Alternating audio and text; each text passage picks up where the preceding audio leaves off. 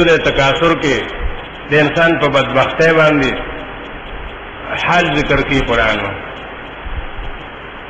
چې دا انسان څومره بدبخت دی او دا د دنیا د پاره کوم ځای ته ورسېدو. بسم الله الرحمن الرحیم. الهاکم التکاثر غافل که تاسو لره ډېرولو د مال حتی زرتم المقابر تر دې چې د قبرونو زیارت وکړو. د څه دپاره چې مال ډېر شي. د مال د محبت د وجې نه تاسو دا کارونه وکړ چې زیارتونو هلته کوو که چېرې مال ډېر شو. زرتم المقابر مقابر یې ویلي دي.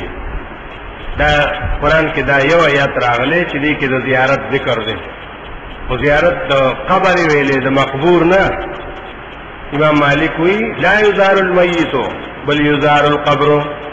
د مړي زیارت نشته د قبر زیارت دی. د سلی زیارت دی چې د موټو خاورو نه عبرت واخلي چې نن ګوره دا بنده ښایسته دلته پروت دی نو زما به هم دا حال وکړه. کلا یقینا سوف تعلمون زر د چې پوهه به شئ د مرګ په وخت کې.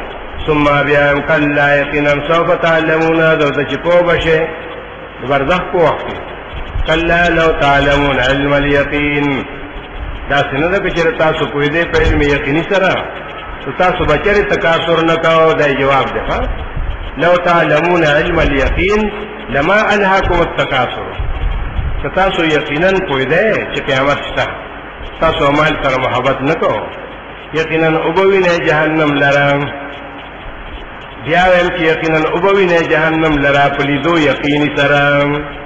علم الیقین به نه عین الیقین به مشاهده به.